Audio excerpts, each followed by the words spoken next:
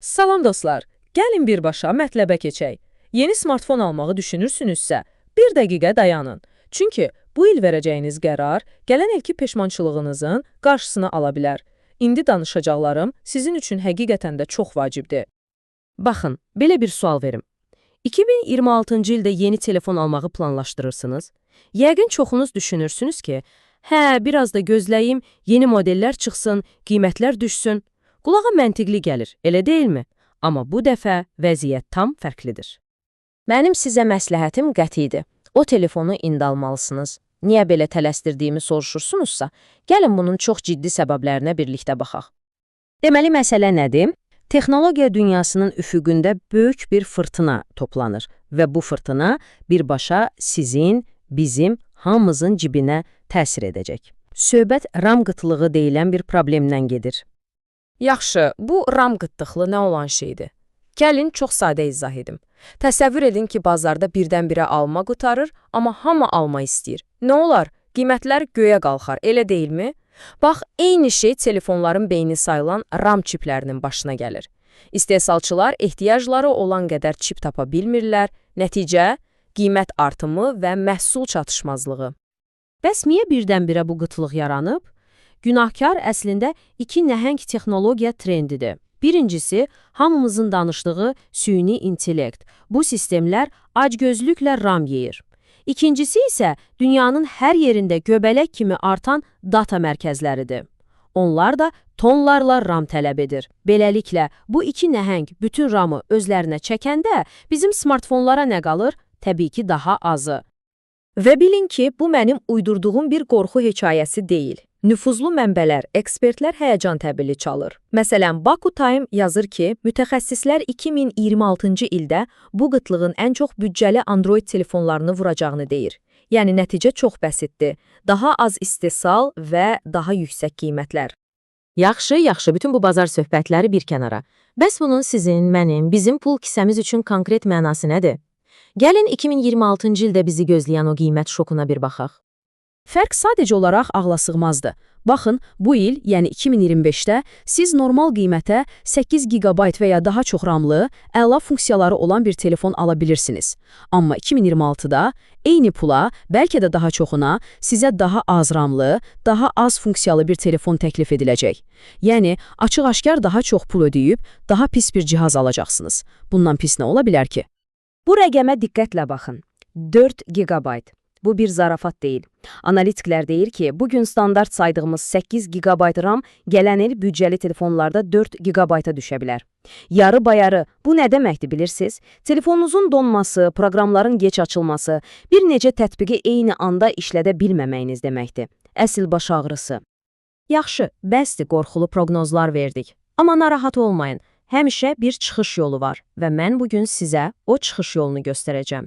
Gəlin bu 2026 problemindən yayınmaq üçün indi ala biləcəyiniz 5 super telefona baxaq. Sihamızın birincisi mənim ağıllı seçim adlandırdığım Google Pixel 9-a. Bu telefonun içindəki tensor çipi süni intellektlə, xüsusilə də fotolarda möcüzələr yaradır. Amma ən bomba xüsusiyyəti nədir bilirsiniz? Düz 7 il proqram təminatı yeniləməsi. Bu o deməkdir ki, bu telefonu alırsınız və illərlə başınız rahat olur. Əsl gələcəyə investisiya budur. Mənə güc lazımdır, sürət lazımdır deyirsinizsə, o zaman OnePlus 13R sizin üçündür. Bu, sözün əsl mənasında bir performans canavarıdır. 12 GB-la istədiyiniz qədər proqram açın, oyun oynayın, heç vecinə də olmayacaq. Üstəlik o nəhəng 6000 mAh batareya demək olar ki, şarj cihazını unudacaqsınız. Fərqlənməyi sevirsiniz, o zaman Nothing Phone 3A-ya mütləq baxmalısınız. O şəffaf arxa qapağı, o işıqları, dizaynı sadəcə başqa aləmdir. Amma gözəllik hər şey deyil, eləmi? Bu telefonun içində də 12 GB RAM və 120 Hz-lik möhtəşəm bir ekran var. Və bütün bunlar çox sərfəli bir qiymətə. Həqiqətən də stil və gücün mükəmməl birləşməsi. Yaxşı, bəlkə də deyirsiniz ki, mənim büdcəm o qədər də geniş deyil. Heç problem deyil. Samsung Galaxy A16 5G məhz sizin üçündür. Cəmi $200. Təkrarlayıram, cəmi $200 siz həm 50 megapiksellik əla kamera, həm AMOLED ekran, həm də ən vacibi, gələcəyə hazırlıqlı olmaq üçün 8 GB RAM alırsınız. Bu, indiki bazar üçün inanılmaz bir təklifdir. Qiymət artımından qaçmağın ən asan yolu. Aranızda telefonu iş üçün, qeydlər götürmək üçün, bəlkə də rəsm çəkmək üçün istifadə edənlər var. O zaman sizin üçün də bir təklifimiz var. Motorola Moto G Stylus. O qələmi ilə bu telefon əsl məhsuldarlıq alətinə çevrilir. Üstəlik, güclü kamerası və suya davamlılığı ilə hər şəraitdə sizin yanınızdadır. Yaxşı, 5 əla telefon gördük.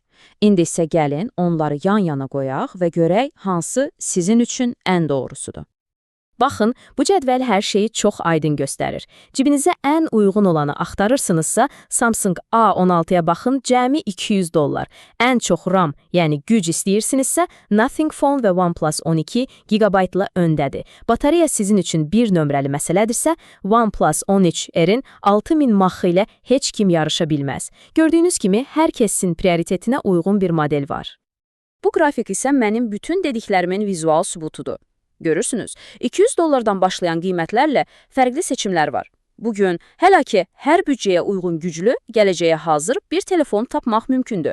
Amma bu fürsət pəncərəsi yavaş-yavaş bağlanır. Beləliklə, bütün bu məlumatları topladıktan sonra gəlin yekun vuraq. Sizin ən ağıllı addımınız nə olmalıdır? Məsələ çox sadədir əslində. Ağıllı alıcının strategiyası cəmi 3 addımdır. 1. Anlayın ki, 2026-cı ildə vəziyyət dəyişəcək, qiymətlər qalxacaq, telefonlar zəifləyəcək. 2.